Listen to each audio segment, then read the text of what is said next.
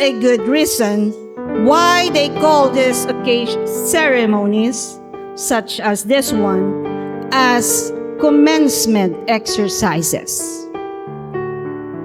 Graduation, my dear graduates, really is not the end. It's just the beginning.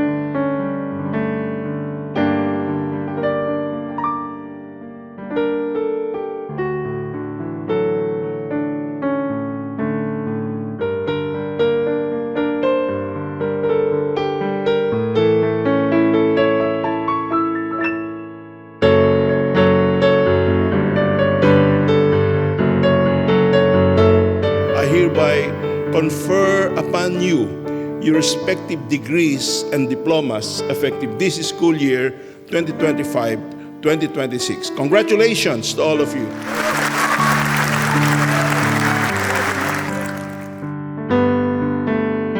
Each one of you is important. No more, no less. Earlier, I said that you will soon start a career, a vocation. For me, a vocation is the place where your great joy meets world's great needs. Our gifts are not meant to be hidden. They are meant to shine, to uplift, and to inspire far beyond ourselves.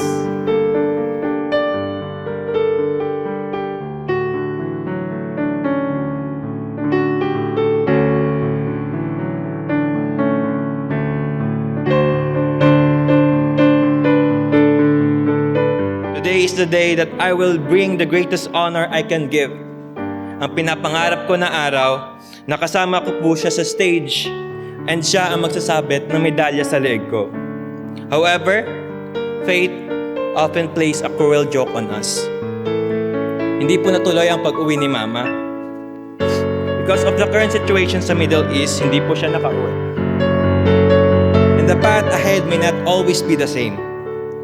But as long as we trust ourselves, stay true to our goals, and move at our own pace, we will eventually reach where we are meant to be.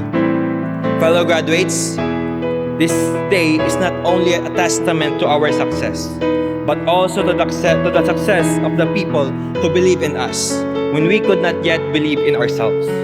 Today, we celebrate not only our achievements, but also support of our friends, the sacrifices of our parents, and bigyan po natin sila ng masigabang palakpakan.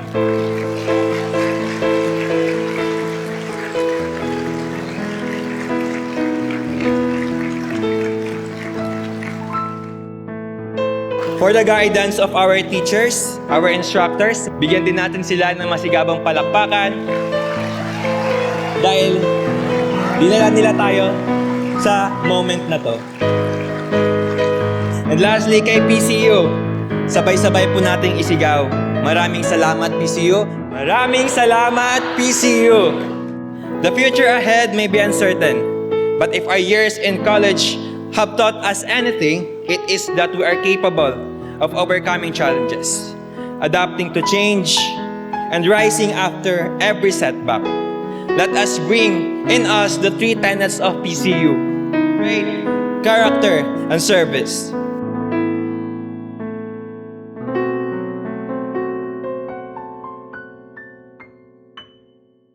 Saranggol ay lilipad sa kahil na kalangitan.